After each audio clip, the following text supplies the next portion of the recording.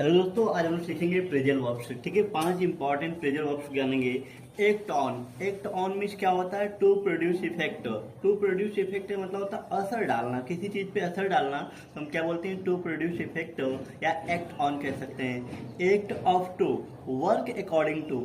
Act of to का phrasal verbs क्या होता है हमारा? वर्क अकॉर्डिंग टू, के अनुसार कार्य करना। किसी के अनुसार कोई कार्य करते हैं तो हम कह सकते हैं work according to.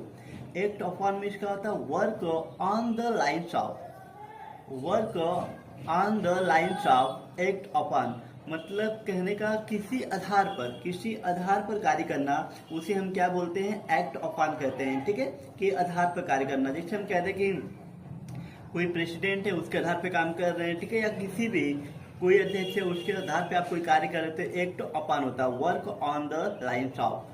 Act for क्या होता है? एक्ट फॉर का मतलब होता है work on behalf on, work on behalf on. Act for, इसे हम क्या बोलते हैं? एक्ट फॉर कहते हैं। नेक्स्ट वर्ड हम देखेंगे, ask in to invite some to come into a buildings.